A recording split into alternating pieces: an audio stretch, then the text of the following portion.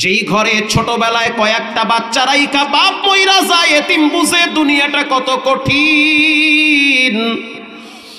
যার আব্বা দুনিয়ায় দীর্ঘ হায়াত পায় সে বুঝে না যে সংসারটা ঠিক রাখা কত কষ্ট। ইন্তেকাল করলো, কষ্টের জিন্দেগি শুরু হয়ে গেল। 4টা সন্তান আলেম বানাবার জন্য মাদ্রাসায় দিল, হাফেজ হয়ে গেল। তখন তো চিঠির আমল ছিল, চিঠি লেখলো মা মাদ্রাসার দিকে চট্টগ্রামে। চিঠি আবার পাঠাইছি ইমামের কাছে, ইমাম সাহেব আপনি চিঠি পৌঁছায় দেন আমার সন্তানের কাছে, আমি অসুস্থ, হয়তো আমি এই অসুস্থতার মধ্যে দুনিয়া থেকে বিদায় হয়ে যেতে পারি, আমার শরীর ভালো না, আমার মনটা চায় আমার এই 4টা কলিজার টুকরাকে আমি একটু চোখ দিয়ে দেখব। মা তো মা, মা যদি খারাপ হয় তারপরও তুমি জোরে বলবা সে আমার মা। মা যদি পতিতালয়ের বেশ্যাও হয় তারপরও তুমি মুখ বড় করে বলবা সে আমার মা। মা যদি ঝগড়াটি হয় তারপরেও তুমি বলবা সে আমার মা।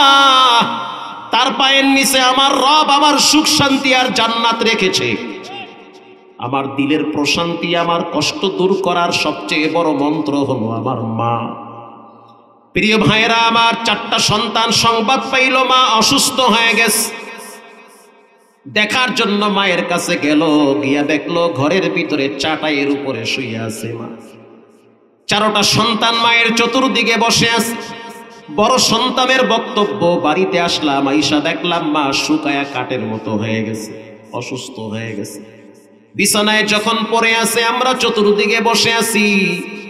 ওই দিনটা ছিল পবিত্র জুমার দিন, জুমার নামাজের আগের কথা। হাদিসে আসছে জুমার দিন যারা মারা যায় তাদের কপাল বড় ভালো, মরার সাথে সাথে কবরের আযাব আল্লাহ মাফ করে দেয়। জুমার দিনের মরণ নসিবের ব্যাপার, শর্ত ঈমান থাকা লাগবে। অসুস্থ হয়ে বিছানায় পড়ে গেল। 4টা সন্তানকে বলল, বড় ছেলে যেটা, তুমি একটু আমার পাশে বসে সূরা ইয়াসিন তেলাওয়াত করো। মৃত ব্যক্তির পাশে সূরা ইয়াসিন তেলাওয়াত করার আগে জীবিত ব্যক্তির পাশে সূরা ইয়াসিন তেলাওয়াত করলে বেশি উপকার। জান বের হওয়ার আগে, সাকরাতুল মাউত, মৃত্যুর যন্ত্রণা শুরু হয়ে গেছে, সূরা ইয়াসিন পড়ো। বড় ছেলেটা আবার সূরা ইয়াসিন শুরু করে দিল, ইয়াসিন ওয়াল কুরআনিল হাকীম ইন্নাকা লামিনাল মুরসালিন আলা সিরাতিম মুস্তাকিম।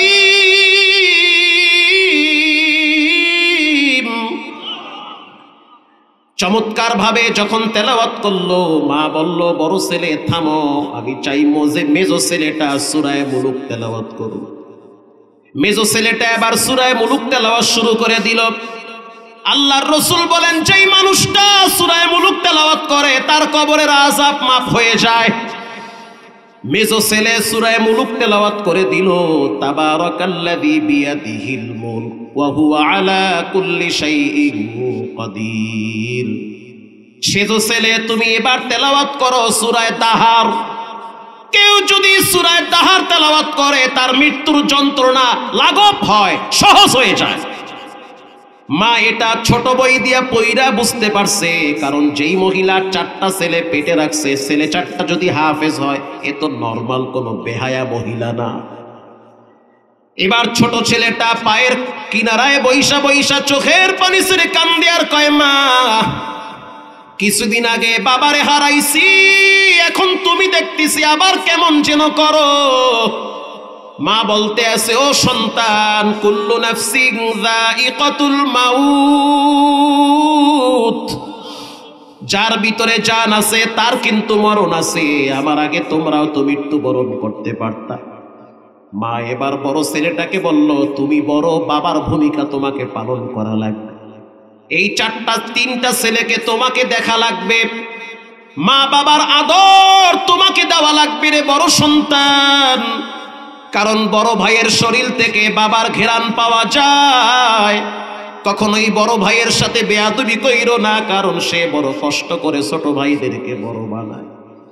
বাবাই যদি না থাকে বড় ভাই লেখাপড়া করে না, বন্ধ করে দেয়।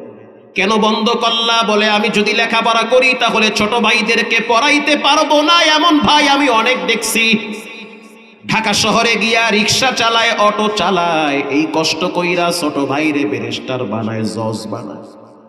ওই ছোট ভাইগুলা বড় ভাইয়ের টাকায় শিক্ষিত হওয়ার পর এক সময় বড় ভাইকে ভুলে যায়, বড় ভাইয়ের খোঁজ খবর নেয় না।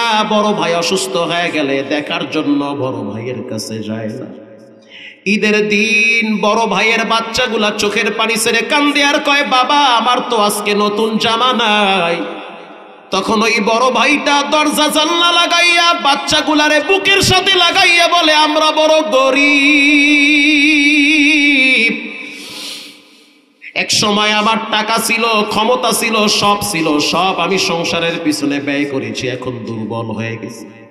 ও ছোট ভাই, কখনোই বড় ভাইকে অকৃতজ্ঞ হবা না, বড় ভাইয়ের প্রতি দুশ্মনী করবা না, কারণ বাবার দায়িত্ব বড় ভাই বেশি পালন করে, আবার কথাও শুনে।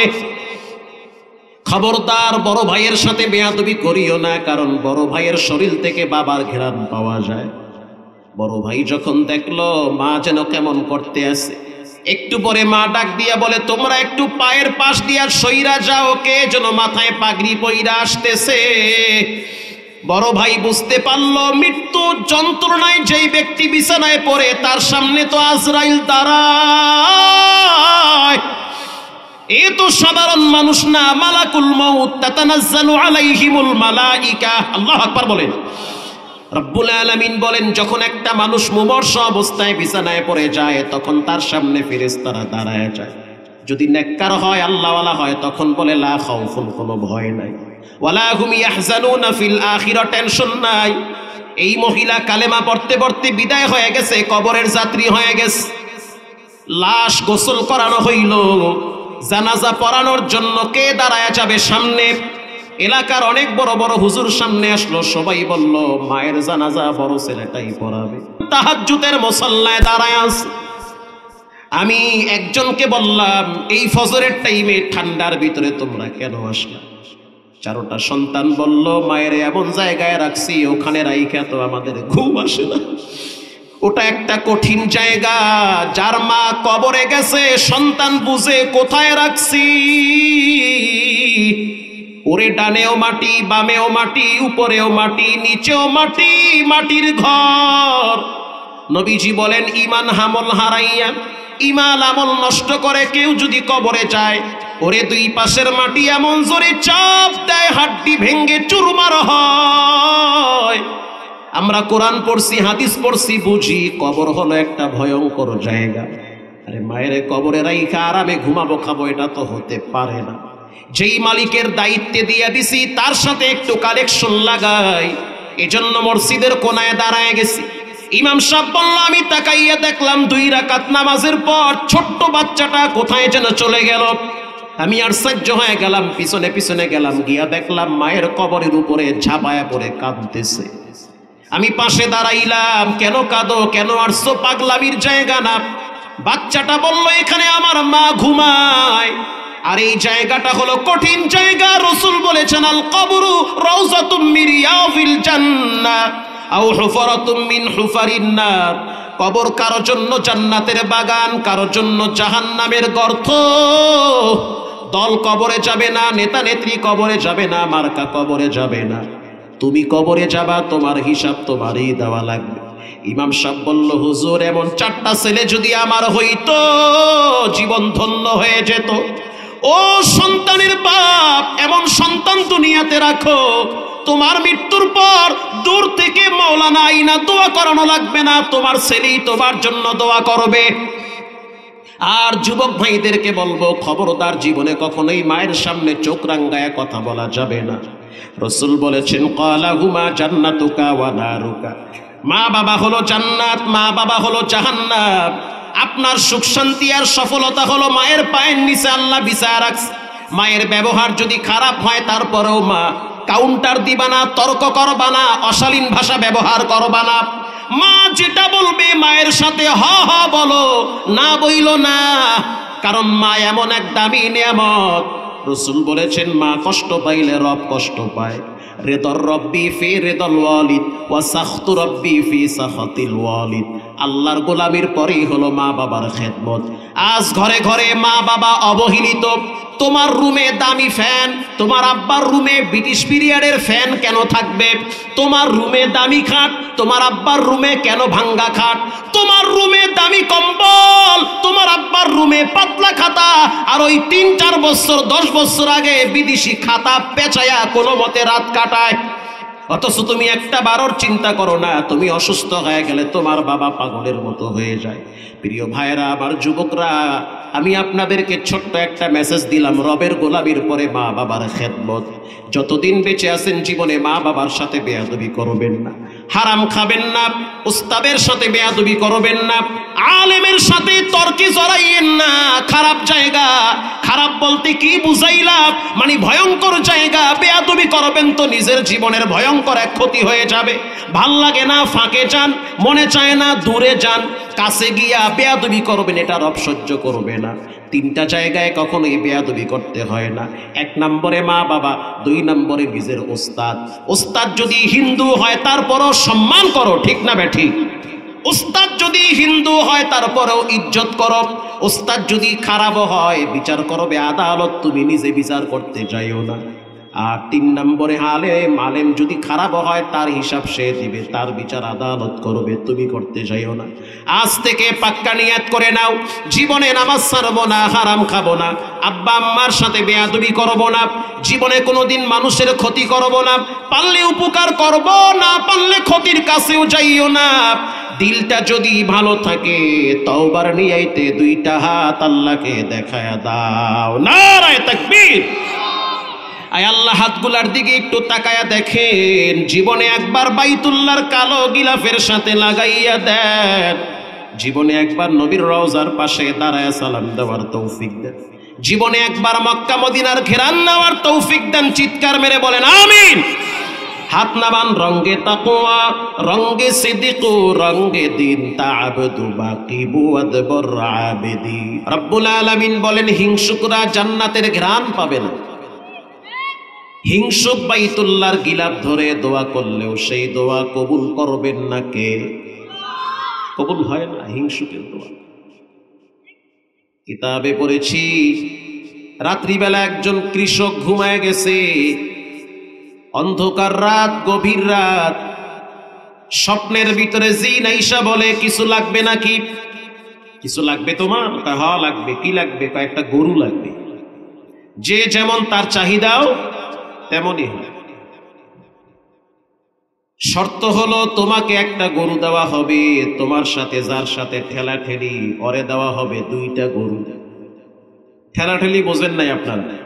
মানে যার ছায়া দেখলে আমার মেজাজ গরম হয়, হ্যারে দিমু 2টা, তোমারে দিমু 1টা, তাই আমার একটাও লাগবে না। এটারে কি কয় বলেন ভাই? হিংসা। সকালবেলা স্ত্রী বলে, কি ব্যাপার, মন কেন খারাপ? কাইছিল, দিবার চাইছিল, নেই নাই। কি দিতে চেয়েছিল? বলে গরু দিতে চেয়েছিল, নেই নাই। কেন? ওরে দেবে 2টা, মরে দেবে 1টা। স্ত্রী বলল, তুমি মগা না অগা? কেন? তোমার তো মাগনা দিতে আছে। হ্যাঁ যে 2টা দেবে, 10টা দেখ, তোমার অসুবিধা কি? আরে বাঙালি তো ব্রয়লার মুরগি ছাড়াও যদি খিচুড়ি পায় এটা নিয়েও তো মারামারি করে। আর ঠিক কথাই তো কইছে, মাগনা দিতে আছে। কিছুদিন পরে আবার জিন আইসা বলে, কিছু লাগবে? কয় হ লাগবে। কি লাগবে বল? ওই যে কইছি না গরুতে, কবারে দিব 2টা। কয় দে 6টা। কবারও দরকার নাই, হললেই ভিতরটা সাত করে ওঠে। ঠিক না বেঠি? জ্বালা পড়া। আচ্ছা ভাই, আপনি ভালো চলেন, ভালো খান, বউ বাচ্চা নিয়ে ভালো আছেন, এটা কে দিয়েছে? তা আমি ভিতরে ভিতরে জ্বললে আমার কোনো লাভ আছে? বরং লস। আমার রাত্রের ঘুম হবে না, মানসিক যন্ত্রণায় ভুগবো, অন্যের উন্নতি দেখলে জইলা বইরা বাথরুমে গিয়া মরা লাগবে। তার চেয়ে দোয়া করা উচিত আল্লাহ তারা আরো ভালো রাখুক। ঠিক না বেঠিক? পরের দিন তাকায়া দেখলো, এর 1টা গরু, ওর 2টা গরু। আবার একদিন জিন আইসা বলে, কিছু লাগবে? বলে হ্যাঁ লাগবে। কি লাগবে? বলছি না 2টা মহিষ দে। এত রাগ কেন? কাওয়ারে যে 2টা দে, জেল লেগে মাথা করো। আচ্ছা ঠিক আছে, তোমাকে 2টা মহিষ দেওয়া হবে, শর্ত হলো ওরে 4টা মহিষ দিব। আচ্ছা দাও। জিনের পাওয়ার শক্তি আছে না নাই? আছে। জিন সম্পর্কে কোরআনে একটা সূরাই আছে। কুল উহিয়া ইলাইয়া আন্নাহু ইসতামা'a নাফারুম মিনাল জিন্নি ফাকালু ইন্না সামি'না কুরআনান আজাবা।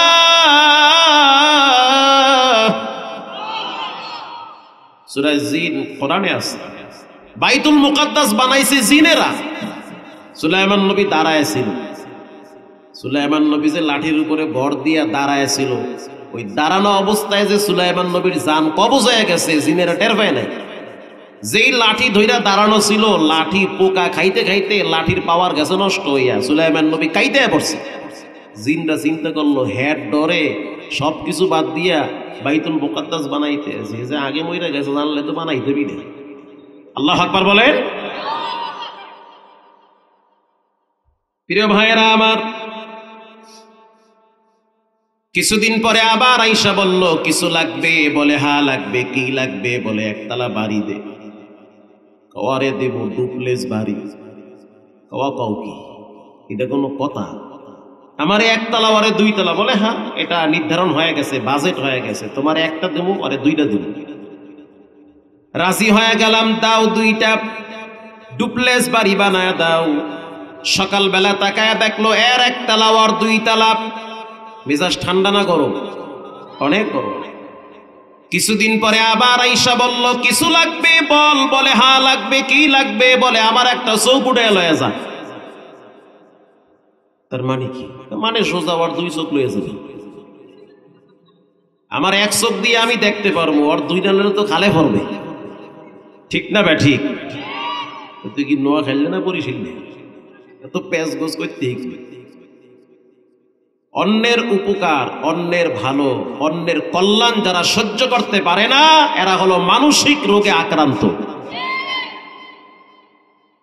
জাহান্নাম বলে এ সমস্ত মানুষ আমার মাঝখানে আসতে পারবে না, যারা আল্লাহর দেওয়া নেয়ামতকে সহ্য করতে পারে না। বর্তমান সহ্য করতে না পেরে আরেকজনকে জাদুর মাধ্যমে ধ্বংস করে, ব্ল্যাক ম্যাজিকের মাধ্যমে অনেক ঘরে ঘরে বাচ্চাদেরকে শেষ করে দেয়। এই জাদু আর ব্ল্যাক ম্যাজিক নষ্ট করার জন্য দুইটা সূরা নাজিল হয়েছে, সূরা নাস ফালাক। যেই ঘরের মানুষ সূরা নাস ফালাক তেলাওয়াত করবে, সেই ঘরে জাদুর কোনো প্রভাব থাকবে না। এজন্য বাচ্চাকে সূরা নাস ফালাক পড়ে ফু দেন।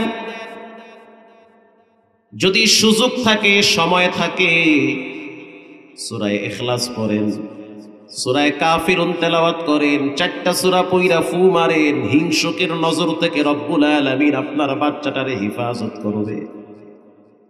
বর্তমান ঘরে ঘরে জাদু আর ব্ল্যাক ম্যাজিক, কালা জাদু কইরা সুস্থ সবল যুবককে নিঃশেষ করে দিচ্ছে। এমনকি ইহুদি এক নারী রহমাতুল লিল আলামিনকে জাদু করেছিল।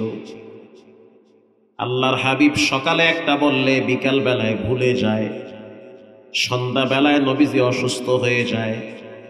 মা আয়েশা রাদিয়াল্লাহু তাআলা আনহা প্রশ্ন করল, ইয়া নবী আল্লাহ, কি হয়েছে আপনার? কেন এমন করেন? সকালবেলা দেখি সুস্থ, সন্ধ্যার টাইমে দেখি অসুস্থ হয়ে যান।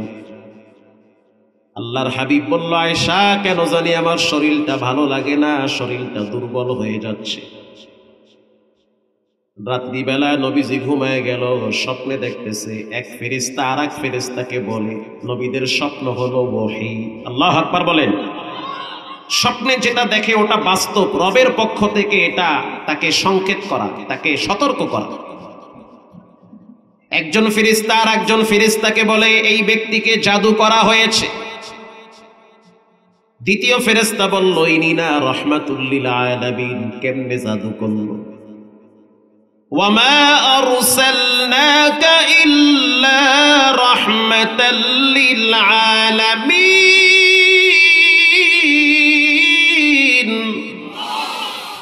जहाँ तक है रबूबियत खुदा का वहाँ तक है नबूवत मुस्तफा का रबूबियत खुदा की है जहाँ तक নবুয়ত মুস্তাফা কি এ ওয়াহাতা। আপনি দোয়া করলেও দুরূদ শরীফ না পড়া দোয়া করলে দোয়া কবুল হয় না। নবীর আদর্শ সুন্নাহ বাদ দিয়া যেই লাইনে ইবাদত করেন ইবাদত কবুল হবে না। নবীকে না চেনা পর্যন্ত আল্লাহকে চিনতে পারবেন না। জান্নাতে যেতে হলে রাসূলের আদর্শ নিয়েই যেতে হবে। অনেক জায়গায় অনেক মানুষ নবীর সুন্নাহ বুঝে না, সালামটাও পারে না, কয় সালাম আলাইকুম। কথা কন না কা পারে না।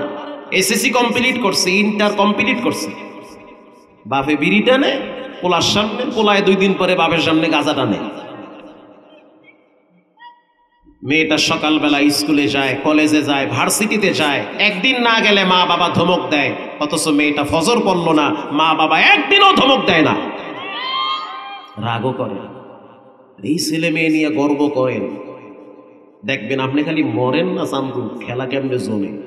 লাশ কবরে রাখবে, রাখার আগেই দেখবেন ছেলে মেয়েরা আপনার সম্পদ নিয়ে মারামারি কারাকারি করবে, করতেছে, অলরেডি শুরু হয়ে গেছে খেলা।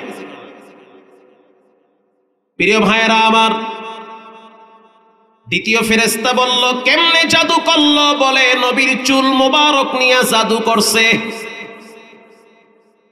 কে চুল নিল, বলে একজন ইহুদি নারী চুল গোপনে নিয়া চুলের ভিতরে 11টা গিট লাগাইছে।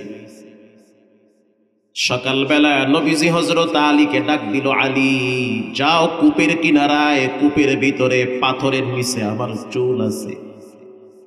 হযরত আলী চলে গেল কূপের কিনারায়। এজন্য সাবধান, আপনারে গুলি কইরা মারবে না, কিন্তু সিস্টেমে আপনার পরিবারকে শেষ করে দিবে। এটা পৃথিবীর কোন ডাক্তার দ্বারা চিকিৎসা হবে না। চিকিৎসা নিতে হলে কোরআনের কাছে আসতে হবে, ঠিক না বেঠিক? হযরত আলী রাদিয়াল্লাহু তাআলা আনহু কূপের কিনারায় গেল, তাকায়া দেখলো কূপের ভিতরে বাতি জ্বলতেছে। কিসের বাতি, বলে এটা রাহমাতুল লিল আলামিনের চুল মোবারকের নূর চমকাইতেছে।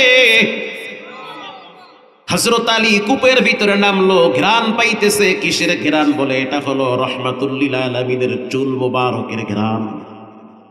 পৃথিবীর মানুষ ঘামাইলে গন্ধ আসে, বিশ্বনবী যখন ঘামায় তখন শরীর মোবারক থেকে মিশকের ঘ্রাণ বের হয়। পৃথিবীর মানুষ রাস্তা দিয়ে হাঁটলে সূর্যের পাওয়ার বেড়ে যায়। আল্লাহর হাবিব যখন রাস্তা দিয়ে হাঁটে তখন মেঘের খণ্ড আইসা রোদের ভিতরে ছায়া দেয়। জান্নাতের প্রত্যেকটা গেটে গেটে নবীর নাম লেখা আছে। জান্নাতের এমন একটা গাছ নাই যেই গাছের পাতায় বিশ্ব নবীর নাম নাই। খাসায়াসুল কুবরা খোলেন জালালউদ্দিন সুয়ুতি রাহিমাহুল্লাহ লেখেন, পৃথিবীর মানুষ কয়দিন বাঁচবা, যে ব্যক্তি জীবদ্দশায় নবীকে চিনল না তার মতো হতভাগা কপাল পোড়া কেউ নাই। অথচ তোমার জন্য দোকানে কাপড়ের কাপন চলে আসছে। তোমার লাশ যখন কবরে রাখবে তখন বলা হবে বিসমিল্লাহি ওয়া আলা মিল্লাতি রাসূলিল্লাহ। তখনও রসুল আছে না নাই? লাশ কবরে রাখার পর মাথার মুষ্টি খুইলা চেহারাটারে কেবলার দিকে ফিরাইয়া রাখবে। এতদিন রাম বামদের দালালি করেছেন, কেবলার দিকে চেহারা ফিরানোর সময় পান নাই। মরার পরে কেবলার দিকে ফিরাইয়া কোনো লাভ নাই, আছে লাভ নাই, আগেই চেহারা কেবলার দিকে ফিরান। কবরে লাশ রাখার পরে প্রশ্ন করা হয় মান রব্বুকা, তোমার রবের নাম কি? বলেন রব কে? প্রশ্ন করা হবে তোমার নবীকে, নবীর পরিচয় দাও। তোমার রহমাতুল লিল আলামিনকে পরিচয় দাও। তোমার নেতাকে, নেতার পরিচয় দাও। 3 নম্বরে প্রশ্ন করা হবে তোমার দিন কি, তোমার ধর্ম কি? আমার ধর্ম, আপনার ধর্ম একমাত্র সত্যের বাড়ি, সত্যের বাতাস, সেই ধর্মের নাম হলো ইসলাম, ঠিক না বেঠিক? শিখতে হবে, জানতে হবে। কবরে যেমন প্রশ্ন করা হবে মান রব্বুকা, রবের নাম কি? উত্তর আসবে রব্বি আল্লাহ, আমার রব একজন, যিনি সর্বময় ক্ষমতার মালিক, তিনি হলেন কে? প্র্যাকটিস ছাড়া কোনো জিনিসের সফলতা আসে না। আসে? যেই লোকটা বল হাতে নিয়ে মারতে পারে না, তারে যদি বলা হয় তুমি বল হাতে নিয়ে মারবা, ব্যাটিং করবে কে? ভালো একজন ব্যাটিং এর নাম বলেন, জাতীয় টিমের ভালো একজন খেলোয়াড়ের নাম বলেন তো আপনারা, বলেন। সবাই জানে, কেউ কয় না, সব আল্লাহর ওলি হয়ে গেছে। যে ভালো ব্যাট করতে পারে বলেন না ভাই একজন খেলোয়াড়ের নাম। বলা মানে কয় কি বলে, সেনাবাহিনী আশেপাশে ঘুরতে আছে। ভালো একজন ব্যাটিং এর নাম বলেন আপনারা। তামিম ইকবাল বাদ দেন, ঠিক আছে ধরে নিচ্ছি। তামিম ইকবালকে যদি বলা হয় ভাই আপনি ব্যাট করবেন, আর আমারে যদি বলে হুজুর আপনি বল করবেন, আমি বলবো আমি পারবো না, কারণ আমার প্র্যাকটিস নাই। কথা কন না। আবার যদি আমাকে বলা হয় ভাই আপনি ব্যাট করেন, বল করবে মুস্তাফিজ, মুস্তাফিজের নামটা কেন মনে আসে? সাতক্ষীরায় ওয়াজে গেছি, খুলনা অঞ্চলে, এর বাবার লাগে এক স্টেজে দেখা, আমি মুস্তাফিজের বাবা, মার হাবা চান তো বল আপনার দিই আউরা দৌড়া মারে খালি দেখি পোলায় আপনার। মুস্তাফিজকে যদি বলা হয় বল করো, আমারে যদি বলা হয় ব্যাট করো, আমি পারুম না, ওই হাত দেখলেই তো, বল দেখলেই তো আমি জুতা দিয়ে দৌড় মারব। সুবহানাল্লাহ, এই শীতের মধ্যে ওই যদি মাথায় পড়ে অত আউযুবিল্লাহ ছাড়া ইন্না নিল্লাহ, ঠিক না ভাই? ঠিক, প্র্যাকটিস নেই। আবার যদি ভালো যে ব্যাট করতে পারে তাকে যদি বলা হয় ভাই আপনি পারবেন, কোন কি হুজুর চোখ বন্ধ করে মারমু দেখবেন ইন্ডিয়া গেছে গা, ঠিক না ভাই? ঠিক, প্র্যাকটিস আছে। এবার আমি যদি বলি মুস্তাফিজ তুমি আগামী শুক্রবার, আমি যেখানে জুমা পড়াই মতিঝিল, ঢাকার প্রাণ কেন্দ্র, জুমার দিন প্রায় 9 থেকে 10,000 মুসল্লি হয়, আগামী শুক্রবার তুমি জুমার খুতবাটা দিয়া দিবা। বলবে হুজুর মাফ চাই, দোয়াও চাই, আমি পারব না, ঠিক না ভাই? ঠিক। কেন পারবা না? বলে আমার প্র্যাকটিস নাই, চর্চা নাই। আবার আপনাকে যদি বলা হয় ভাই আপনি মহল্লার মসজিদে রমজান মাসে তারাবি পড়ানোর জন্য রেডি হন, আপনি বইলা ফেলাইবেন আমি দেইখা পড়তে পারি, মাগার মুখস্থ পারি না। দেইখা পড়তে গেলেও তো মাঝে মাঝে দাঁত দত ছুইটা যায়, ঠিক না ভাই? ঠিক। আউলা চাউলা হয়ে জায়গা পারুম না এডি। তারপরও যদি বলা হয় ভাই আগামীকাল ফজরের নামাজটা মহল্লার মসজিদে পড়াবে, পিছনে 5-7 জন হাফেজ দাঁড়ায় থাকবে, আমনে ফজর হওয়ার আগে আর এক জায়গায় যাইবেন কেন?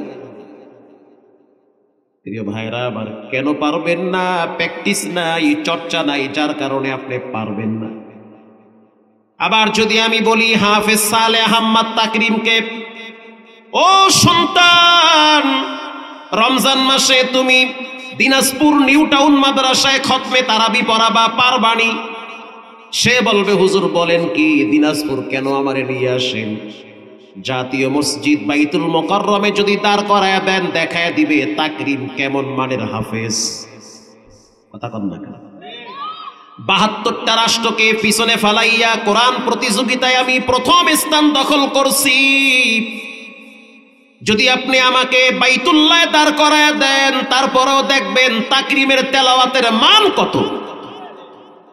তার মানে বোঝা গেল তার প্র্যাকটিস আছে, তোমার আমার প্র্যাকটিস নাই। যখন একটা লাশ কবরে রাখা হয় তখন প্রশ্ন করা হবে মান রব্বুকা, বলো বাবাজি তোমার রবের নাম কি? আপনি তো সহজে বলতে পারবেন না রব্বি আল্লাহ, আমার রব আল্লাহ। প্র্যাকটিস আগেই করা লাগবে। প্র্যাকটিসের জায়গা, খেলোয়াড়ের তো প্র্যাকটিসের জায়গা আছে না? আছে তো। প্রত্যেকটা জিনিসের প্র্যাকটিসের নির্দিষ্ট কিছু জায়গা আছে। হে যুবক, রব নামের আওয়াজের প্র্যাকটিসের জায়গা হলো মসজিদ আর নামাজ। রব শব্দ বেশি উচ্চারণ করা হয় নামাজের মাধ্যমে। আসতে বলেন, ঠিক না বে ঠিক? যখন একটা মানুষ নামাজে দাঁড়ায় আলহামদুলিল্লাহি রাব্বিল আলামিন আওয়াজ দিয়া বলেন রব আছে না নাই? রাব্বিল আলামিন। এই ওয়াজে আইয়া অনেকে বোবাইয়া থাকে। নির্বাচনের সময় দেখবেন চাচাকে পিক আপ কি, 1 কাপ বিড়ি, 1 কাপ চা, 2টা বিড়ি, পুরো এলাকা গরম বানাইবে। আর ওয়াজে বইলে কই সুবহানাল্লাহ, কোন সুবহানাল্লাহ আইবার চায় না। বলেন সব ক্ষমতার মালিক কে? মাশাআল্লাহ। প্রিয় ভাইয়েরা আমার, যখন একটা মানুষ সূরা কালাম শেষ কইরা রুকুতে যায়, তখন একটা দোয়া পড়া হয়, সুবহানা রাব্বিয়াল আযীম। বলেন রব আছে না নাই? এরপরে যখন আবার সোজা হইয়া দাঁড়ায়, দাঁড়াবার পর পড়া হয় রব্বানা লাকাল হামদ। বলেন রব আছে না নাই? এরপরে যখন নিজের অস্তিত্ব, আমিত্ব, অহমিকা বিলীন করে দিয়ে সবচেয়ে দামি সম্পদ নাকার কপালটারে রবের কুদরতি কদমে ঠেকায়া দেয়, তখন মুখ থেকে আওয়াজ বের হয় সুবহানা রাব্বিয়াল আ'লা। বলেন এখানেও রব আছে না নাই? এখানেও রব। নামাজ শেষ হওয়ার পর আপনার মনে চায় একটু দোয়া করি, অসুবিধা আছে? করতে থাকে না। দোয়া কি করবেন সেটাও রব শিখায়া দিছে, কারণ রব ভালো করে জানে বান্দা কবরে যাওয়ার পরে রব সম্পর্কে প্রশ্ন হবে। যখন মানুষ হাত তুলে তখন পরে রব্বানা যালামনা আনফুসানা ওয়া ইল্লাম তাগফির লানা ওয়া তারহামনা লানাকুনান্না মিনাল খাসিরিন। বলেন রব আছে না নাই? এখানেও রব। এরপরে আপনার মনে চায় মায়ের জন্য দোয়া করবেন, বাবার জন্য দোয়া করবেন। 20 বছর আগে মায়েরে কবরে রাখছেন, 30 বছর আগে মায়েরে কবরে রাখছেন। নামাজ পড়ার পরে মনটা নরম হয়ে গেছে, মায়ের কথাটা হঠাৎ মনে পড়ে গেছে। আল্লাহ দোয়া শিখাইয়া দেয়, ও বান্দা জিব্বা লড়াইয়া পড়ো রব্বির হামহুমা কামা রব্বায়ানি সগীরা। ভাইরা আওয়াজ দিয়া পড়েন, রব শব্দ আছে না নাই? এখানেও রব। প্র্যাকটিস ছাড়া, চর্চা ছাড়া কোনো জিনিসের অর্জন হয় না।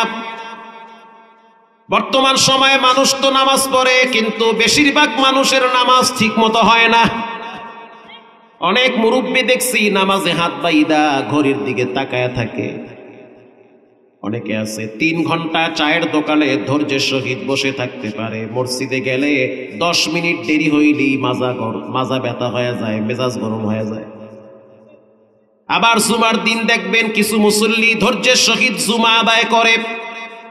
যেই মসজিদে তবারুক নাই সেই মসজিদের মুসল্লিরা সুন্নত পড়ে না। যদি দেখে তবারক আছে দেখবেন সুন্নত পড়ে, নফলও পড়ে, আবার মিষ্টি আর জেলাফি নিয়ে মারামারিও করে। এই জন্য সাবধান, নামাজ পড়তে হবে একজনকে রাজি খুশির জন্য। তিনি হলেন কে? ভূমিকম্পে ধাক্কা মারলে মানুষ মসজিদে দৌড় মারে। বিমান যখন চলে হালকা যদি বেকা হয়ে যায়, বিমানের ভিতরেই পশ্চিম খুঁজে। লঞ্চের ভিতরে টাস খেলায়, লুডো খেলায়, ক্যারাম বোর্ড খেলায়। কই নামাজে আসেন? কয় না, যার নামাজ হেদারে। ঠিক কথাই কইছে, যার ফিরে হেদারে। যখন রাত 3টার সময় দেখি চাঁদপুর মোহনায় তুফানের বাড়িতে লঞ্চ একবার ডাইনে যায় আবার বামে যায়, তখন দেখি টাস খেলেন না পাটি উপরে গিয়ে কয় হুজুর পশ্চিম কোন দিকে? কথা কর না কেন? তার মানে মরার ডর না হেদারে আইছে। এই যে কয়েকদিন আগে শুক্রবারে ঢাকা শহরে ভূমিকম্পে ধাক্কা মারছে, বিশ্বাস করেন বাংলাদেশের ইতিহাসে এই 2-1 বছরের ভিতরে এই শুক্রবারে যেই পরিমাণ মুসল্লি হয়েছে, এত মুসল্লি অন্য জুমার দিন হয় নাই। যেই লোকটা নামাজ পড়ে না, হেও মসজিদের কোনায় গিয়া কয় মালিক তুমি ছাড়া আমার কেউ নাই। বিপদ যখন কাইটা যায় তখন বলে মালিক তোমার লাগে একটু মজা করছি। ঠিক না বে ঠিক? আমগো বাড়ি কুয়াকাটা সাগরের কিনারায়, একেবারে সমুদ্রের পারে। ঢাকার থেকে 2 বন্ধু বেড়াইতে গেছে নানি বাড়িতে। এরা ঢাকায় থাকে ফার্ম। গ্রামে গিয়ে মনে করছে চমৎকার নদী, নদী পার হইয়া ওপার গেলে একটু বিনোদন করা যাবে। নদীর পানি ছিল ঠান্ডা, স্রোত তেমন ছিল না। বিশাল এক নদী, পার হইতে লাগে আধা ঘন্টা নৌকা নিয়া। 2 বন্ধু পরামর্শ করলো এখন বাজে 3টা, নৌকা একটা ভাড়ালো। আমরা 2 জনে কেমনে নিমু? লগে আর একজন, আর এক বন্ধু গ্রামে আসছে বেড়াইতে, হেরাও ফোন দিয়েছে তুইও আয়। 3 জনে মিল্লা নৌকা ভাড়া কইরা ওপার যাব ঘুরতে। আমার ভাষা বুঝেন? মাশাআল্লাহ। এবার 3 বন্ধু নৌকা ভাড়া নিয়ে যাইতে আছে নদীর মাঝখান দিয়া। কিছু দূর যাওয়ার পরে বুঝতে পারলো স্রোত শুরু হয়ে গেছে। এতক্ষণ স্থির ছিল পানি, এখন নদীর পানি ডাইন থেকে বামে যাইতেছে। কথা কি বুঝেন? মাশাআল্লাহ। কিন্তু এখন সামনে আগের মতো আর নৌকা যায় না। স্রোত বাড়লে কি নৌকা সামনে বেশি আগায়? নৌকা যাবে বরাবর, কিন্তু স্রোতের তাপ এত বেশি, নৌকা এখন যায় সাগরের দিকে। বলেন মরার ডর বাড়ছে না কমছে? এত দাঁড় বায় তাও নদীর মাঝখান পার হইতে পারে না। এদিকে মোবাইলের দিকে তাকায় দেখলো নেটওয়ার্ক হ্যাং হয়ে গেছে। কাউরে যে ফোন দিয়া বলবে বিপদে পড়ছি, ট্রলার পাঠাও অথবা একটা জাহাজ পাঠাও, আমাকে বাঁচাও, কিন্তু নেটওয়ার্কেও তাল পায় না। তিন বন্ধু মহা বিপদে পড়ছে। তিনজনে চিন্তা করলো কি করা যায়। সূর্যের দিকে তাকাইয়া দেখলো লাল হয়ে গেছে, তার মানে সন্ধ্যা ঘনাইয়া আসছে। এবার ভয় আরো বেড়ে গিয়েছে। এমন বাড়া বাড়ল, তিনজনে বুদ্ধি করলো কি করা যায়। বলে কিচ্ছু করার নাই, তো কি করব? নিঃসন্দেহে একটু পরেই হযরত আজরাইলের সাথে আমাদের সাক্ষাৎ হয়ে যাবে, তার চেয়ে একটা কাজ করি, জীবনের শেষ নামাজটা পড়ে লই। কথা কি বুঝেন? মইরা গেলে কার লাগে দেখা হইবে? কয় আল্লাহর লাগে, ফেরেশতাগো লাগে। আল্লাহর সাথে দেখা হওয়ার পর আল্লাহ কি বলবে? আর একজনে কয় আল্লাহ বলবে নামাজের হিসাব দাও। কারণ জুমার দিন হুজুর মুখ শুনছি কিয়ামতের ময়দানে সর্বপ্রথম কিসের হিসাব হবে? নামাজের। অতএব তিন বন্ধু একসাথে জামাতের সহিত মরার নামাজটা পড়াল। তিনজনে মিলে এবার আশা ছাইরা দিছে, যা নৌকা যেতায় মোল্লা হেতায় যাও, মরা তো নাহের দ্বারে বাঁচতেই পারবো না, তো মরার নামাজটা পড়াল। তিনজনে দাঁড়াইছে, আল্লাহু আকবার। ইমাম কে হবে? কয় যাইদা বেশি ফড়র ফড়র করে হেডের সামনে দে। কিছু পণ্ডিত আছে না? আছে না নাই? অনেক পণ্ডিত। কয় হুজুর আবু জেহেলের নানির আব্বার নাম কি? মানে এইটা খালি বাহি আছে, বাকি ইসলামের সব বিধানের মুখস্থ। পণ্ডিত সাহেব সামনে গেল, পিছনে একজন একামত দিস। পণ্ডিত সাহেব আল্লাহু আকবার বলল, পিছনে যেই দুইজন দাঁড়াইছে এরাও কিন্তু শুকুর আলী মুসল্লি, নামাজের নিয়ম কানুন ভালো বোঝে না। আবার বিপদ যখন নাকের ধারে ঘুরে তখন কিন্তু সূরা কালামও ভুলে যায়। কথা কন না? বিপদ যদি কাছে আসে তখন দেখবেন আউযুবিল্লাহ জায়গায় ভুলে নাউযুবিল্লাহ হয়ে গেছে, মনে থাকে না, ডরে। আল্লাহু আকবার বইলা হাত বাঁধলো, সূরা ফাতিহা শেষ। এবার শুরু করলো কুল ইয়া আইয়ুহাল কাফিরুন। কাফিরুন কি? কাফিরুন এটা তো সূরা না, পড়তে আছে। ঝরে বক মরে ফকিরের কেরামতি বাড়ে, এটা আমাদের দেশি ভাষা, আপনারা কি বলেন জানি না। ঠিক আছে না? হ্যাঁ ঠিক আছে। যখনই বলল কাফিরুন তখনই আর একটা বড় তুফান আইসা বাড়ি মারছে, নৌকা কাইতে গেছে। দুইজন দাঁড়াইছে একদম বরাবর পাশাপাশি, একটা আর একটারে গুতা মারিয়া কয় সব তো ইয়ে খারাপ, তুফানে বাড়ি মারছে। বলেন নামাজ কি আছে? আছে? শেষ, নামাজ গেছে গা, ফাঁক দিয়ে দূর মারছে নামাজ। এত সূরা থইয়া কাফিরুন লইছে গা। এমনি তো আল্লাহ কাফেরদের উপরে খেপা, তারপরেও কেন কাফিরুন লইছে? বিপদের সময় কি কাফিরুন লয়? লগের ডাকায় চুপ কর, নামাজে কথা কইলে মগা, নামাজ কি থাহে? বলেন লগের ডার নামাজ আছে? লগের ডার নামাজ আছে না গেছে? শেষ। ইমাম সাহেব সূরা কালাম বাদ দিয়া পিছনে ফিরে কয় ও কথা কইছে কইছে, তুই কইছো কা? নামাজ কারোটা আছে? শেষ। মুকুম চুস্তি নামাজে পাঞ্জেগানা ফাওয়াইলুল লিল মুসাল্লিনাল্লাযীনা মুমিনারা ইনামাজে ইমদাদে দা ইস্তাঈনু আয়াতে কুরআ বাখা আয়াতে কদ আফলাহা রায়াদকুন দাওর কুন্দর মালিয়াদ দিল সাদিকুন। নবীজি বলেন যারা সকাল এবং সন্ধ্যার নামাজ মসজিদে গিয়ে আদায় করে, মান গাদা ইলাল মসজিদ আও রাহা, ও ফজরের মুসল্লি সুসংবাদ নাও, শীতের ভিতরে কম্বলের ভিতরে কি যে মজা, এই মজা ভালো না, মজার পরে কিন্তু সাজা আছে। আল্লাহর রাসূল বলেন সর্বশেষ ব্যক্তি যখন মারা যাবে তাকেও মাটির নিচে 40,000 বছর থাকা লাগবে। অতএব সাবধান। রাসূল বলেছেন মান গাদা ইলাল মসজিদি আও রাহা, কেউ যদি সকাল আর সন্ধ্যায় মসজিদে যায়, আ'আদাল্লাহু লাহু নুজুলাহু মিনাল জান্নাতি কুল্লামা গাদা আও রাহা। নবীজি বলেন নামাজিওয়ালা সাবধান, সতর্ক হও, সুসংবাদ নাও। ফজরের নামাজ আর এশারের নামাজ যদি মসজিদে গিয়া পড়ো, রব্বুল আলামিন তোমার জন্য জান্নাতে দস্তারখানা বিছায়া রাখছে। হয় না এই সুবহানাল্লাহ, কিচ্ছু হবে না, আরো যদি সুবহানাল্লাহ। দস্তারখানা বিছায়া রাখছে, খাওন রেডি। আর এই মজার ভিতরে যদি টাইট করে ঘুম দাও তাহলে কিন্তু কবরে ফেরেশতাকেও বাড়ি আছে। ভোলা একটা আজব শহর। ভোলায় যদি যান গিয়া দেখবেন ফজরের টাইমে দ্বিতীয় তৃতীয় চতুর্থ কাতারে বাচ্চারা দাঁড়ায় থাকে শীতের ভিতরে। বাচ্চারাও ঘরে ঘুমায় না, মসজিদে হাজিরা দেয়।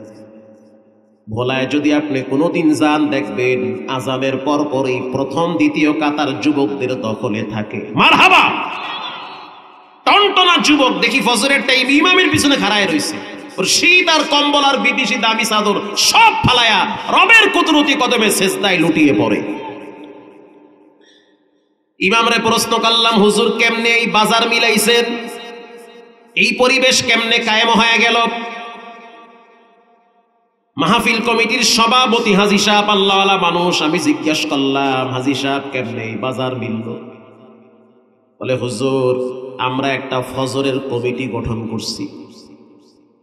এই কমিটি হইল, এদের কাজ হইল ফজরের টাইমে যেই ঘরে যুবকরা থাকে, যেই ঘরের পুরুষ মসজিদে আসতে পারে কিন্তু আসে না, তাদের ঘরে গিয়ে আমরা খোঁজ খবর নেই। আল্লাহু আকবার বলেন।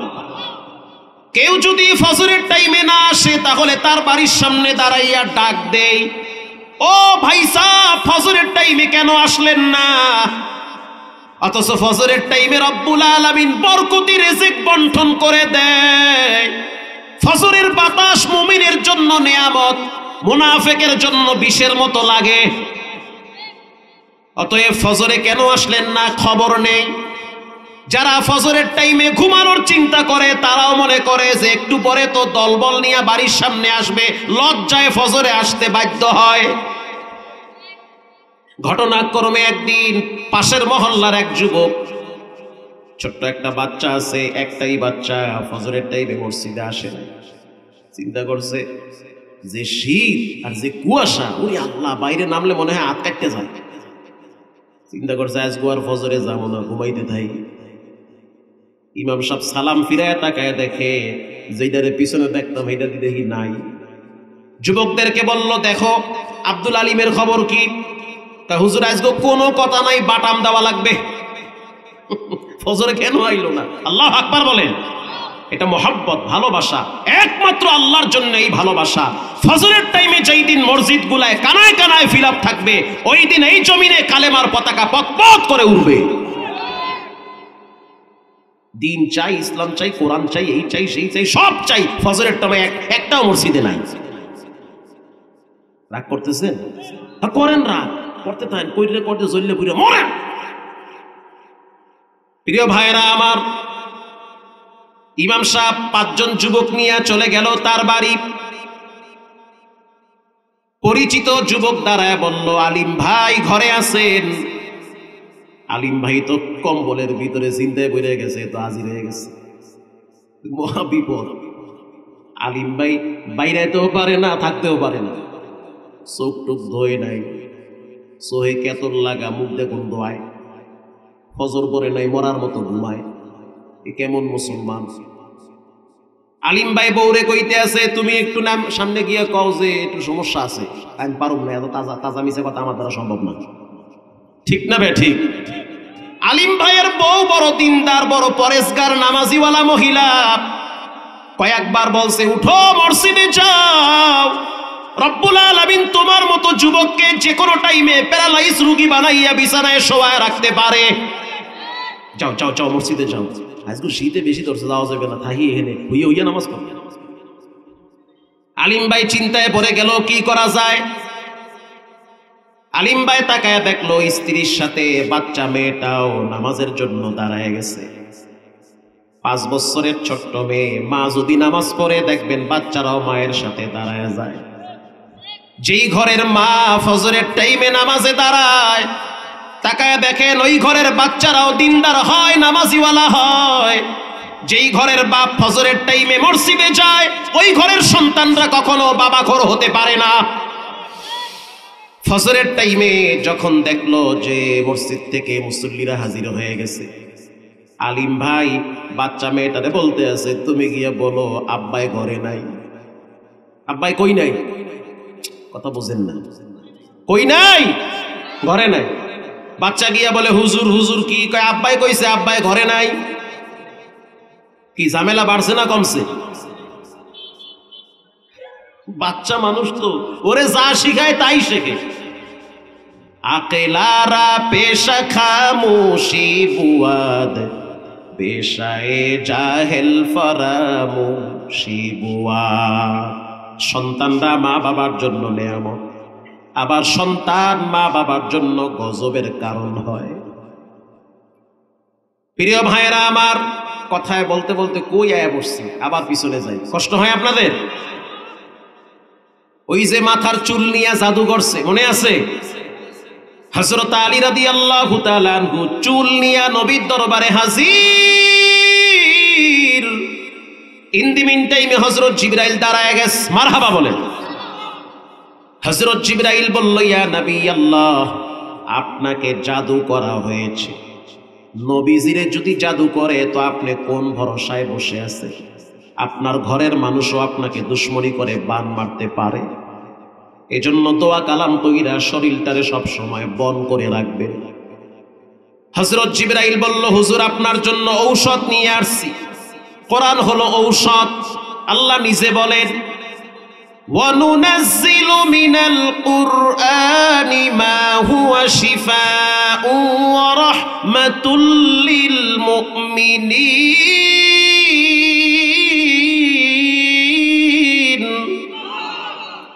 কোরআন হলো ঔষধ। হযরত জিবরাইল বলল, 2টা সূরা নিয়ে আসছি, 2টা সূরার ভিতরে 11টা আয়াত আছে। হুজুর তাকায় দেখেন আপনার চুলের ভিতরে কয়টা গিট মারা আছে? কয় 11টা। একটা আয়াত পড়েন, কুল আউযু বিরাব্বিল ফালাক, পড়তে থাকেন দেখবেন গিট খুলে গেছে। আবার একটা পড়েন, আবার দেখবেন গিট খুলবে। 11টা আয়াত তেলাওয়াত করেন, দেখবেন একটা একটা গিট খুইলা যাবে।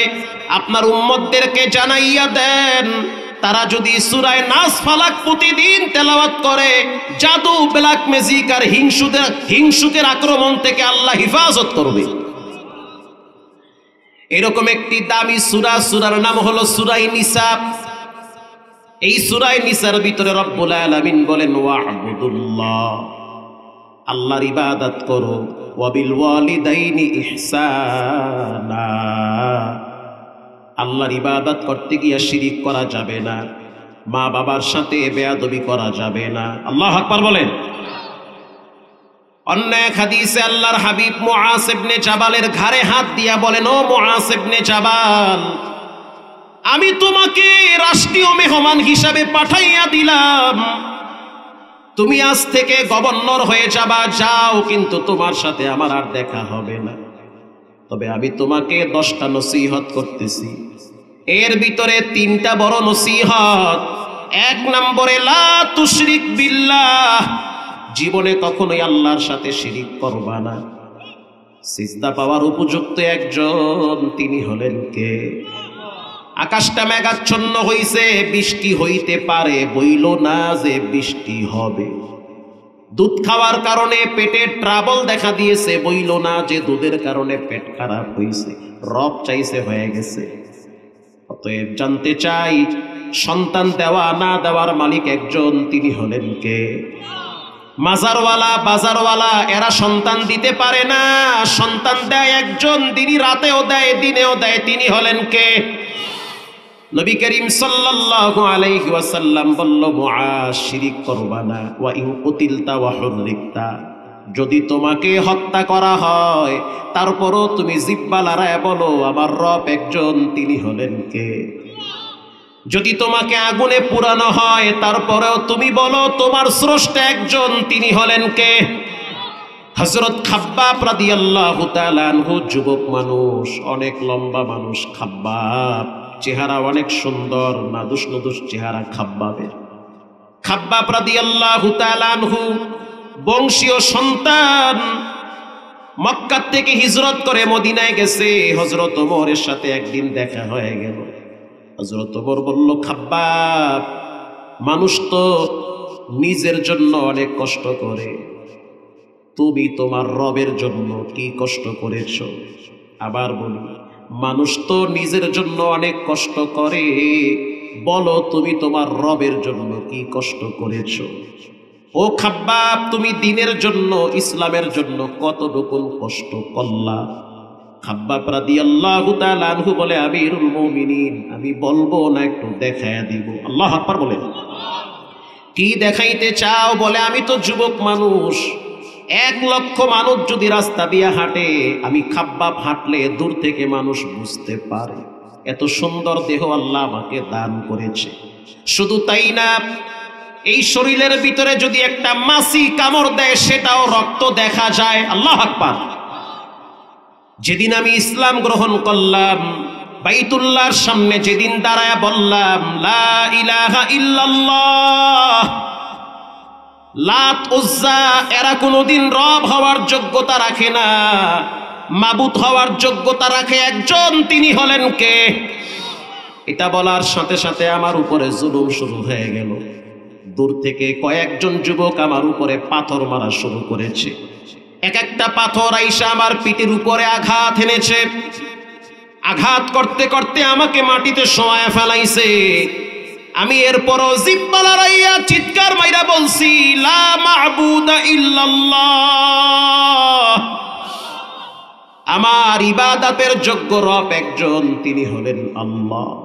এটা বলার সাথে সাথে খাব্বাব আমার উপরে এলো পাতারি এক একটা আঘাত শুরু হয়ে গেছে। আপনি আমার পিঠের দিকে তাকায় দেখেন, হযরত ওমর তাকায় দেখলো পিঠের ভিতরে কালো কালো দাগ হয়ে গেছে। হযরত ওমর প্রশ্ন করলো, খাব্বাব, তোমার পিঠে কি বসন্ত উঠছে, বসন্তের দাগ? বলে, না, জীবনে বসন্ত হয় নাই। তাহলে এটা কিসের দাগ? খাব্বাব বলে, ওমর যখন আমার উপরে পাথর দিয়ে আঘাত করলো তখন ওই পাথরের আঘাতের চিহ্ন আমার পিঠে লেগে আছে। ওরে ওমর, আপনি আমার জিহ্বার দিকে তাকায় দেখেন আমার জিহ্বার ভিতরে কি আছে। হযরত ওমর রাদিয়াল্লাহু তাআলা আনহু খাব্বাবের জিহ্বার দিকে যখন তাকাইলো, তাকায় দেখলো জিহ্বার ভিতরে ছিদ্র ছিদ্র হয়ে গেছে। প্রশ্ন করলো, খাব্বাব, তোমার জিহ্বায় কেন ছিদ্র হইল? খাব্বাব রাদিয়াল্লাহু তাআলা আনহু বলে, ওমর, আমি যখন জিহ্বা লড়াইয়া পড়ছি, লা রাজ্জাকা ইল্লাল্লাহ, আমার রিজকের মালিক একজন, আওয়াজ দিয়া বলেন তিনি হলেন কে? এটা বলার সাথে সাথে মক্কার বেঈমানরা আমার জিহ্বার উপরে কাঁটা দিয়ে আঘাত শুরু করে দিয়েছে। আঘাত করতে করতে আমার জিহ্বাটা ছিদ্র ছিদ্র করে ফেলেছে। হযরত ওমর খাব্বাবকে জড়ায়া ধরল, কপালে চুমা দিয়া বললে, খাব্বাব, শুনে নাও, কিয়ামতের ময়দানে জাহান্নামের আগুন থেকে নিজের শরীরটারে বাঁচাইলা, আর রব্বুল আলামিনের দরবারে যখন তুমি দাঁড়াবা তখন রব তোমাকে দেখে খুশি হয়ে যাবে। প্রিয় ভাইয়েরা আমার, রক্ত এবং জীবন দুনিয়ার মানুষের জন্য দেওয়া যাবে না, দিতে হবে একজনের জন্য। তিনি হলেন কে? আল্লাহর রাসূল বলেন, যদি তোমাকে হত্যা করা হয়, আগুনে পোড়া হয়, তারপরও তুমি বলবা আমার রব একজন, তিনি হলেন আল্লাহ। 2 নম্বরে, ওয়ালা তাউক্কান্না ওয়ালিদাইক। এবার কান খাড়া করে শুনেন, আপনাদের কষ্ট হচ্ছে নাকি? ওয়ালা তাউক্কান্না ওয়ালিদাইক, খবরদার খবরদার খবরদার। নবীজি একবার না বারবার বারবার বলেছে, আব্বা আম্মার সাথে নাফরমানি কইরো না, মা বাবার অধিকার ঠিকমতো আদায় করো, মা বাবার আনুগত্য করো। কারণ দুনিয়ার সূর্য দেখলা তুমি তোমার মা বাবার জন্য। মা বাবা এক অমূল্য সম্পদ, যার বেঁচে নাই সে বুঝে কি নিয়ামত হারাইছি, যার বেঁচে আছে সে বুঝবে না কত বড় নিয়ামত এখনো দুনিয়ায় জীবিত আছে। রাসূল বলল, মুআজ ইবনে জাবাল, ওয়ালা তাউক্কান্না ওয়ালিদাইক, মা বাবার সাথে চোখ রাঙ্গায়া কথা বলবা না। আল্লাহু আকবার বলেন। মা বাবার সামনে মাথায় ঝাঁকি দিয়া কথা বলবা না, বড় আওয়াজে কথা বইল না, শক্ত ভাষায় কথা বইল না তোমার মায়ের সামনে দাঁড়াইয়া। এমন একটা দিন ছিল যেই দিন তুমি হাঁটতে পারতা না, তোমার মা তোমার হাত ধইরা হাঁটাইতো। এমন একটা সময় ছিল যেদিন তোমার পকেটে টাকা ছিল না, তোমার মায়ের মুরগি বেচার টাকা তোমার পকেটে আসছে। এমন একটা সময় ছিল যখন তোমার কান্নার আওয়াজ তোমার মা ছাড়া কেউ শুনতো না। আল্লাহ বলেন, পৃথিবীর মানুষ, তুমি যখন তোমার মায়ের পেটে ছিলা তখন পা দিয়া লাথি মারছো, হাত দিয়া ঘুষা মারছো, মাথা দিয়ে আঘাত করেছো, কষ্টের পর কষ্ট তোমার মা তোমার জন্য সহ্য করেছে। ঠিক না বেঠিক? আল্লাহ বলেন, খবরদার সেই মায়ের সাথে বেয়াদবি করবা না। রসুল বলেন, মুআজ, তুমি তো আজ থেকে গভর্নর হয়ে যাবা, প্রেসিডেন্ট হয়ে যাবা, মন্ত্রী হয়ে যাবা। খবরদার, যতদিন তোমার দেহে প্রাণ থাকবে কখনোই তুমি তোমার মায়ের সাথে নাফরমানি করবা না। মা ভক্ত সন্তান, খবরদার মায়ের সাথে নাফরমানি কইরেন না। আজ থেকে প্রায় 7-8 বছর আগের কথা, তখন আমি দক্ষিণ অঞ্চলে মাহফিল বেশি করতাম। সেতু পার হওয়ার পর একটা এলাকা আছে, নাম বললে সবাই চিনবেন, নাম বলবো না। সেই এলাকার ছোট্ট একটা মাহফিলে বয়ান করার জন্য গেলাম। 200-300 লোক হবে, খুব বড় একটা মাহফিল না, দোয়ার অনুষ্ঠান। মহল্লায় যাওয়ার পরে মাহফিলের 2 ঘন্টা আগে আমি স্থানে পৌঁছে গেছি। এলাকার ইমাম সাহেব, যুবকরা বলতে আছে, হুজুর, জীবনে তো অনেক মানুষের কবর জিয়ারত করেছেন, আমাদের এই মসজিদের পাশে একটা কবর আছে, এই কবরটা 4 জন হাফেজের মায়ের কবর। 4টা সন্তান কোরআনের হাফেজ, তাদের মায়ের কবর। অনেক আলেমরা দূর থেকে আইসা কবরের পাশে দাঁড়াইয়া জিয়ারত করে। আমি যুবকদেরকে নিয়ে কবরের কিনারায় দাঁড়াইলাম, মনে হইতেছে কে যেন কলিজার ভিতরে পাখা দিয়া বাতাস করতেছে। আল্লাহওয়ালা নেককার মানুষের কবরের পাশে দাঁড়াইলে আপনার অশান্ত দিলটা শান্ত হয়ে যাবে। নেককার আল্লাহওয়ালা দিনদার পরেশগারের কবরের পাশে মাঝে মাঝে দাঁড়াবেন, এটা দাঁড়ানো ভালো, দোয়া করবেন। লম্বা সময় দাঁড়ায়া জিয়ারত করলাম, সূরা ফাতিহা পড়লাম, ইখলাস পড়লাম, এরপরে ওদেরকে নিয়ে দোয়া করলাম। রুমে আসলাম, ইমাম সাহেব বলল, হুজুর, এই মহিলাটার 4টা ছেলে ছিল, 4টাই কোরআনের হাফেজ। জীবনে অনেক কষ্ট করেছে, ধৈর্য ধরেছে, রক্ত পানি করছে এই মহিলা। 4টা সন্তান দুনিয়াতে আসার পর তার স্বামী দুনিয়ার থেকে বিদায় হয়ে গেছে, সংগ্রামের জিন্দেগি শুরু হয়ে গেছে। এরকম অনেক নারী আছে নীরবে একা একা যুদ্ধ করে ফ্যামিলি ঠিক রাখার জন্য। কেউ দেখে না, দেখেন একজন, তিনি হলেন কে? যাদের ঘরে 2-3টা বাচ্চা রেখে বাবাই কবরে যায়, ওই ঘরের বিবি বুঝে সংসারটা ঠিক রাখা কত কঠিন। অন্ধকার কবরে স্বামী যাওয়ার আগে আগে ক্যান্সারে আক্রান্ত হয়ে গেছে। স্ত্রীর হাত ধইরা বলতে আছে, ও বিবি আমার, আমি এখন যেই সময়টা পার করতেছি মনে হয় প্রতিটা মুহূর্ত কবরের ভিতরে আমাকে রাখছে। ক্যান্সারের রোগী, অসহনীয় যন্ত্রণা শুরু হয়ে গেছে। দুনিয়ার লোভ লালসা, বেঁচে থাকার শক্তি আমি পুরোটাই হারায় ফেলাইছি। এলাকার মা বোনেরা, যুবক ভাইয়েরা, মুরব্বী বাবারা, দিলের কান লাগায় শোনেন, দুনিয়া কিছুই না, কিচ্ছু না। আজকে বেঁচে আছেন, কালকে নাও থাকতে পারেন। এই যে রংপুরে পরশুদিন দেখলাম মাওলানা রুহুল আমিন সাহেব একটা বাচ্চা কোলে নিয়ে দাঁড়ায় দাঁড়ায় কাঁদতেছে। ও মাওলানা, কার বাচ্চা? বলে এই বাচ্চার বাপ হুন্ডা অ্যাক্সিডেন্টে মইরা গেছে। ছোট্ট বাচ্চা বুঝে না যে আমার আব্বা নাই, যদি বুঝতো তাহলে চোখের পানি ঝরতো। ছোট্ট বাচ্চারাই খা বাপ কবরে গেছে, মা অসুস্থ হয়ে বিছানায় পইরা গেছে। মহল্লায় যত মানুষ জানাজা পড়ার জন্য আসছে, সবার চোখে পানি। কার হায়াত কখন ফুরিয়ে যায় জানে একজন, তিনি হলেন কে? মৃত্যুর সময় নাই, টাইম নাই, যে কোনো সময় আখিরাতের ভিসা চলে আসতে পারে। ইমাম সাহেব বলল, হুজুর, আমি তো মহল্লা ইমামতি করি 24 বছর, ছোট বয়সে আমি ইমামতি নিছি, এখন আমার দাড়ি পাইকা গেছে। এই মহল্লার প্রত্যেকটা ঘরের খবর আমি জানি। মহল্লার ছোট বাচ্চা থেকে বৃদ্ধ পর্যন্ত আমাকে মহব্বত করে, ভালোবাসে।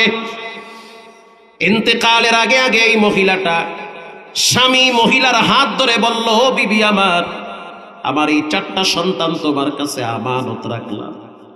আমি আখিরাতের যাত্রী হইতেছি, হয়তো আবার যাওয়ার সময় চলে আসছে। আমার এই 4টা সন্তানকে কোরআনের হাফেজ বানাবা। যদি এদের মেধা ভালো থাকে, যদি মেধাটা দুর্বল হয় তাহলে হাফেজ বানানোর দরকার নাই, আলেম বানায় দাও। কারণ হেফজ মুখস্থ করতে চমৎকার তীক্ষ্ণ মেধা লাগে। মেধা যদি ভালো না থাকে হেফজ মুখস্থ কইরা রাখতে পারে না। এরপরে স্বামী কবরে চলে গেল, সন্তান 4টাকে মাদ্রাসায় ভর্তি করলো। টাকা পয়সা যা ছিল আস্তে আস্তে শেষ হয়ে গেল। মহিলা রাত্রিবেলা ভোর রাত্রে কলস ভইরা ভইরা ভইরা ভইরা চায়ের দোকানে পানি পৌঁছায়া দিত। আগে দেখতেন অনেক মহিলারা ফজরের টাইমে চায়ের দোকানে কলস ভইরা পানি দিত, 2 টাকা 1 টাকা দিত, বড় কষ্ট করে সংসার চালাইতো। যাদের ঘরে ঝড় তুফান আসে তারা বুঝে, পাশের বাড়ি বুঝে না।